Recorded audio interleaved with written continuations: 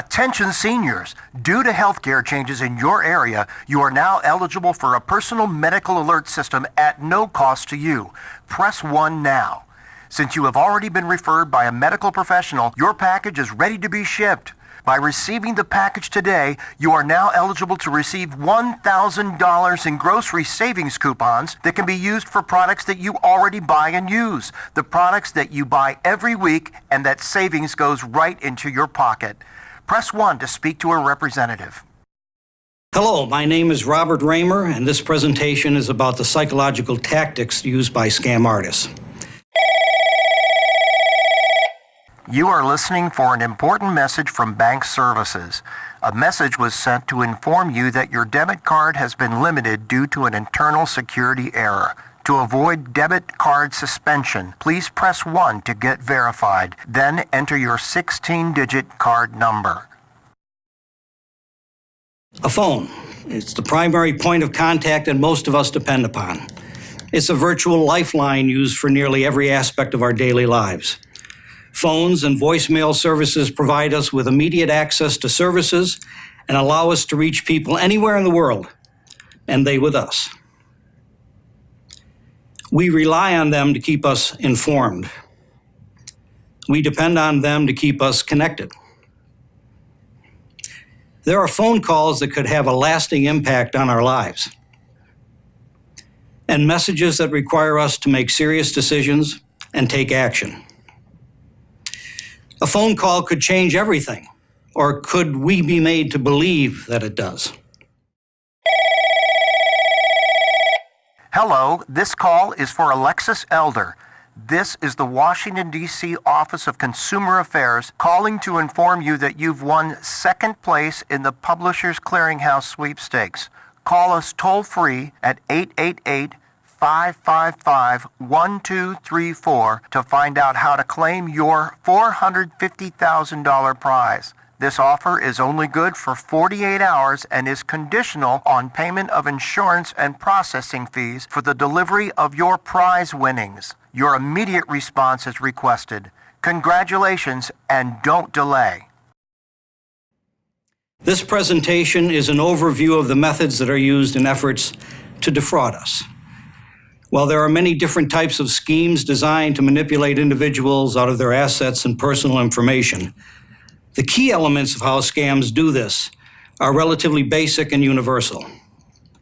Through examples and some understanding how scams use psychological tactics, anyone can become more aware of how they work. Good afternoon. This message is intended to reach Mrs. Alexis Elder. My name is Martin Fisher, and I'm calling Mrs. Alexis Elder on behalf of United Processing. And actually, this call is to inform Mrs. Alexis Elder of a 2-part felony complaint that has been forwarded to my office for pursuance of charges through Pinellas County. Now, once filed, a warrant for Mrs. Elder's arrest will be issued, and the Sheriff's Department will enforce the warrant either to her home or to her place of employment. However, it will be for her detainment. Now, if she has any questions, concerns, objections prior to the filing, she may contact my office by dialing area code 888-555-1234. Mrs. Alexis Elder, you have now been legally notified in accordance with all federal and all state laws. Govern yourself accordingly, and good luck, ma'am. The bottom line is that general awareness and mental preparedness can save you a lot more than just a monetary loss. And that's the good news. Now the bad news. Just how bad are the losses from elder financial abuse? According to a recent survey estimate from TrueLink Financial, in 2015, the overall cost of these types of fraud is over $36 billion annually. And it's getting worse. Why are these losses increasing? Some insights the TrueLink survey identified are worth considering. One finding of the study was that financial exploitation is typically progressive, rather than an isolated incident. In other words, once you trip up, all the sharks are somehow alerted and begin to circle. It might be easy to ignore a single loss of $20, of an unwanted subscription to something. But the survey found that seniors who lost $20 or more to financial exploitation then went on to lose an average of $2,000 a year to other scams over the next 5 years. The TrueLink study also found that older adults who get and respond to multiple daily telemarketing calls are likely to experience 3 times as much financial loss as someone who receives and responds only to the occasional telemarketing call. Without question, fleecing the American seniors is a big business. People 60 years and older were 26% of all fraud complaints tracked by the Federal Trade Commission in 2012, the most of any age group. Hello, we have been trying to reach you. This call is the official final notice from the IRS, the Internal Revenue Services. The reason for this call is to inform you that the IRS is filing lawsuits against you. To get more information about this case file, please call our department number 555-888-1212. I repeat, 555-888-1212. Thank you. A few more numbers. 1 in every 5 Americans aged 65 or older has been abused financially, according to a 2010 survey by the Investor Protection Trust, a financial education organization. In 2011, MetLife called elder financial abuse the crime of the 21st century and described it as a many-headed hydra, where the tentacles of exploitation reach far beyond a single event reported by a single individual or senior victim. The MetLife report noted, losses are significant, with the actual dollars lost not the only losses incurred. People have lost their homes as well as their dignity and their financial independence. Falling victim to a scam is, of course, not a problem unique to seniors, although the National Center for Victims of Crime says that Americans aged 65 and older are more likely to be targeted by fraudsters and more likely to lose money once targeted. The group puts the annual total cost from financial fraud into $40 or $50 billion a year. One difficulty, of course, is that not everyone wants to report it. In a word, the losses are becoming astronomical. With a combination of sophisticated technology and computerized access to massive amounts of personal data, scam artists continue to overwhelm and manipulate the potential victims they can contact in a variety of ways. You never know what to expect when you answer a call. Scams are nothing new. You can make the argument that scamming is biblical. In Genesis, the serpent makes a pretty good pitch to Eve regarding the benefits of eating the forbidden fruit, which she in turn uses to persuade an equally susceptible Adam. If nothing else, that provides a teachable moment. We are all capable of being deceived, even when we should know better. While we are all vulnerable, anyone can be better prepared to detect these deceptions and to avoid being scammed with a little knowledge, some guidance, and the proper mindset. The techniques behind the tactics used by scam artists are now being gathered and given a contemporary formulation: social engineering. There are numerous ways of defining social engineering, such as the art of manipulating people so they can give up confidential information, or more generally, getting people to do what you want them to do by using certain psychological principles. Call it the science of influence. Social engineering, advertising, marketing, even propaganda can be all placed under the heading of influence. Each of these, in different ways, rely on the same basic framework of social interaction that we use in relation to one another. What secures all forms of human exchange is a sense of trust. Trust is the foundation. It is the default mechanism of our social fabric. To quote social psychologist Amy Cuddy, trust is the conduit for influence, the medium through which ideas travel. Trust is important. We wouldn't be able to survive and thrive without it. But it is equally important to avoid being deceived. The human brain is wired to detect and respond to cues that either accept or reject what we choose to trust. It has been the focus of considerable research in many branches of science and medicine to identify and quantify aspects of this, the physiology of trust and deception. For the purposes of this presentation, highlighting one study could actually be of use to anyone trying to avoid becoming involved with a possible scam.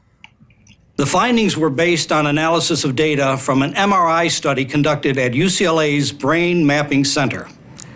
This 2012 study indicated that older individuals are especially vulnerable to becoming victims of fraud because, in spite of a lifetime of experience, older adults seem to be particularly vulnerable to interpersonal solicitations and have a reduced sensitivity to cues related to trust. In essence, studies have demonstrated that the brains of older adults are not saying be wary as the brains of younger adults are. The study tested the capacity of various subjects to sense bodily feelings and interpret these visceral states by the brain. Responses to these feelings and their interpretation were significantly lacking in older adults. The neural mapping of bodily states formed the basis of gut feelings. The study said this leads us to think that older adults have a diminished gut feeling that something is wrong when something appears untrustworthy. Distinguished professor of psychology at UCLA, Dr. Shelley E. Taylor, who directed the study, summarized the results of the data this way. The prototypical victim of financial fraud is a 55-year-old male who is an experienced investor. However, the results did not find significant differences between women and men. So, as a whole, older Americans are more vulnerable to being deceived. For Dr. Taylor, the topic is personal. Her father lost money in a financial scam. As she tells it, my father was walked to the bank by someone he referred to as such a nice man. The guy was a homeless man. Anybody looking at him should have picked up on the cues that said, do not give this man $6,000. I still don't know how my father could not pick up on this, that this was not a nice young man. Dr. Taylor said that her father was in his mid-70s at the time. And what advice does she offer older adults to avoid becoming victims of financial fraud? According to Dr. Taylor, I would just tell older adults to hang up on solicitors. Don't talk to salesmen pushing investments. Just say no. Do not go to the free lunch seminars where they are making investment pitches. Stay away from these people. I'm not saying that all of these are fraudulent, but the best thing that you can do if your brain isn't helping you to make these discriminations is not to have to make them. You want to be very careful with what you do with your money. I don't talk to solicitors on the phone. Dr. Taylor stated a pivotal period is when people take money from their 401k accounts, particularly when they must take the required distributions, starting at age 70 and a half. That's when older adults tend to be developed as targets. That is when people need to be wary, and many older adults are not sufficiently wary. Now consider these words from another firsthand source, a convicted scam artist. I think older people are easier to scam because their emotions are closer to the surface. They aren't afraid to tell people how much they care for their kids and their grandkids. They aren't afraid to share their fears about the unstable financial markets and how much they worry about being on a fixed income. These fears are real, and every one of them is a bullet for my gun. So there are statistics about losses suffered as a result of elder financial fraud, and scientific evidence about the progressive vulnerability of our aging population to potential scams. What, if anything, can be done to prevent this from happening? The following will help illustrate how fraud schemes operate. All scams require some basic psychological tactics that criminals will use to initiate a fraud. In the introductory contact, the scam artist assumes a false personality or a social mask that makes it easier to complete the deception. Swindling is really acting, and the scam artist plays a character who will help them appear legitimate and in control. They use this persona to project dominance. They often represent themselves with authority and use this confidence to command the conversation. The scam artist conversation will involve the use of or a request for personal information about you. Such information helps the scammer identify and appeal to an individual person's emotional needs, such as those concerning family, an illness, or debt. If that approach doesn't work, they will tailor their appeal to you with certain offers or promises. The point of this is to get the individual to respond to them and to gain their attention. The most powerful psychological drivers of human response are need, greed, and fear. A key aspect of the scam artist's efforts will be an attempt to lower your defenses through the use of different emotional triggers, such as surprise, enthusiasm, or even dread, in order to establish a bond that they can manipulate. They know that falling victim to a scam is not about how smart you are, it's about how well you control your emotions. We all have emotional needs, but scammers use approaches that are designed to agitate and disorient potential victims through need, greed, or fear in order to make them vulnerable. This emotional bond is based on the psychological principle of the focusing illusion. What is the focusing illusion principle? In a sentence, it means nothing in life is as important as you think it is while you are thinking about it. The focusing illusion combines elements of both fixation and disorientation. It tends to block everything else out of your mind while you are thinking about it. We have a tendency to mentally lock in on something that engages us emotionally. It is a condition that one scam artist has described as getting the victim under the ether, a fuzzy state when your emotions are stirred up and you become so excited that you don't know which way is up. Once that condition is achieved, it doesn't matter how smart or dumb you are. Ether trumps intelligence every time. The scam artist will make a request and have every reason for you to comply with it. This is what the scammers call the crush or the kill when they are closing the deal by getting the victim to make the decision to hand over money. Using the various tactics described on a victim within the focusing illusion, this decision is emotionally driven. It's not about reason. In the words of one scam artist, it's not logic. If you apply logic, the answer is no. I'm not going to send you my hard-earned money. I don't even know who you are. If my victims had applied logic to our deals, they would have walked every time. Consider those initial telephone calls that you heard at the beginning of this presentation. While each one may or may not be obvious as a scam, elements of these basic psychological tactics can be detected in each of their scripts. All scams are about the abuse of trust. Scam artists attack the nervous system to overcome our defenses. Whether the designated approach is to kill you with kindness or shock you into submission, once the scam artist has been able to apply significant psychological leverage, it's very difficult not to succumb to the demands presented.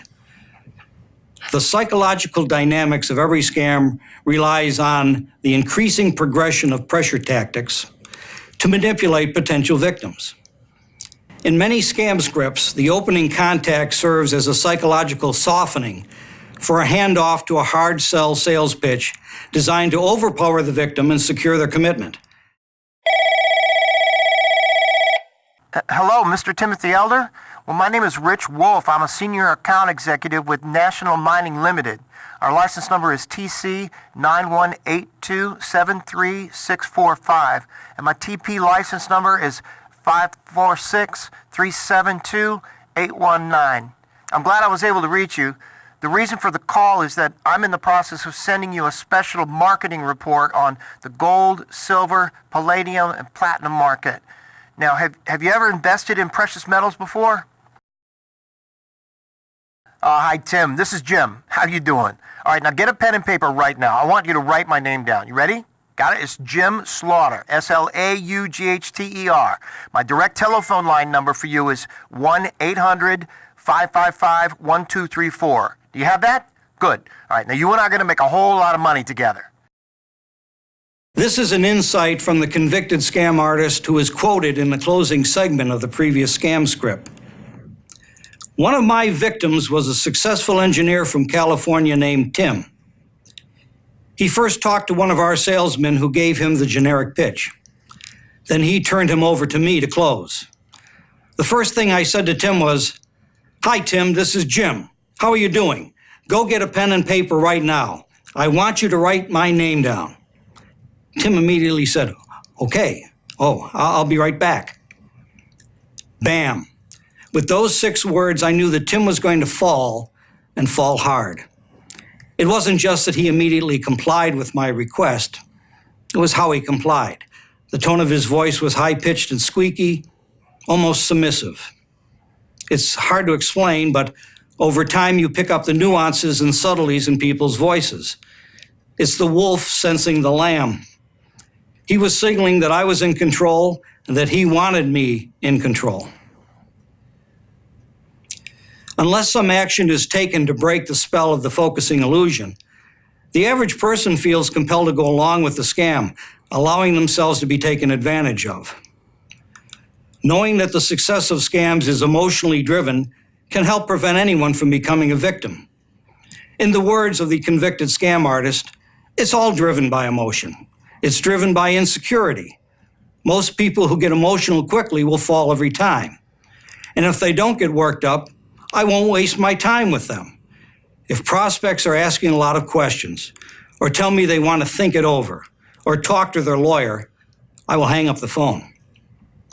Victims don't ask a lot of questions. They answer a lot of questions.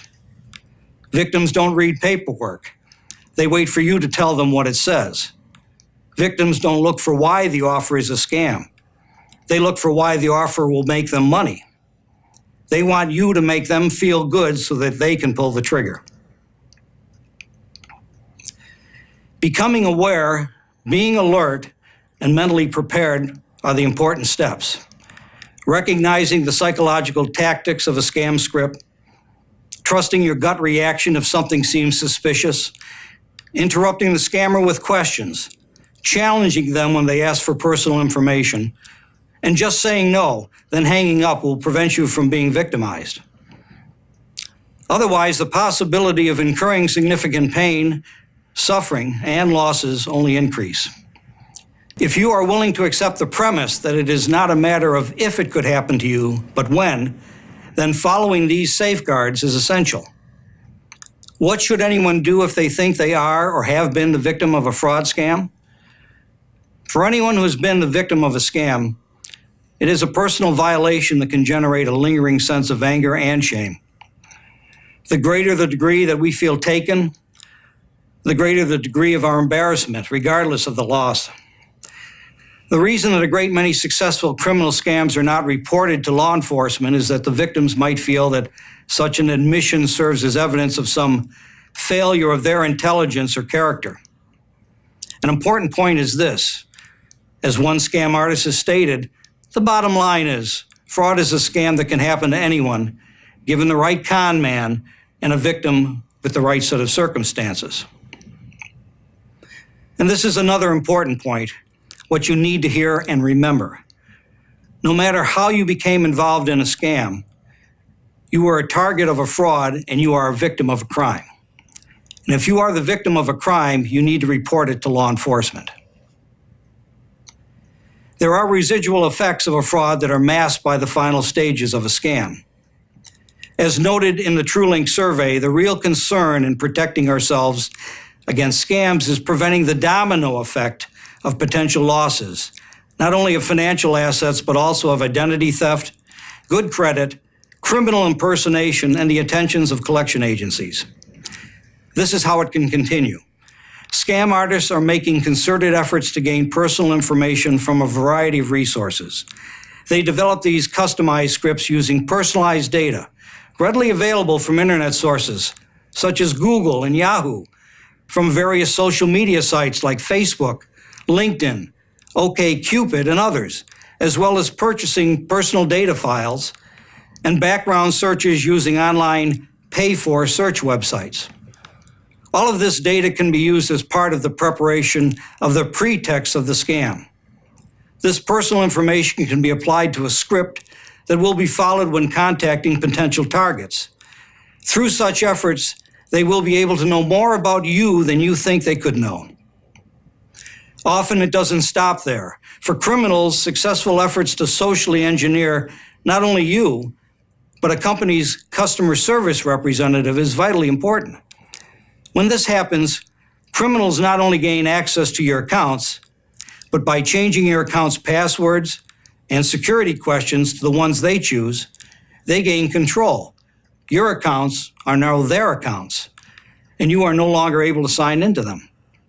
Whether it's bank accounts, credit cards, retirement plans or pensions, email services, or your own telephone access, once these have been hijacked, the criminal will continue to use this control to leverage further theft of your assets. If your identity is stolen, they can open new accounts in your name and use your credit for any purchases they choose. Now your problem consists of continually having to prove your own identity and defend your financial reputation to law enforcement, credit bureaus, collection agencies, and skip tracers. This is what you need to know about the tactics of scam artists. Awareness is key. The threats are out there. Stay alert. Try to recognize the cues. Be prepared. Remember, if it sounds too good to be true, it probably is. If it feels like you're being scammed, you probably are. And if you think you are involved with a scam, ICE it. ICE stands for I for interrupt, C for challenge or contact law enforcement, and E for exit. If it is a scam, you need to ICE it before it gets worse. Consider the focusing illusion rule.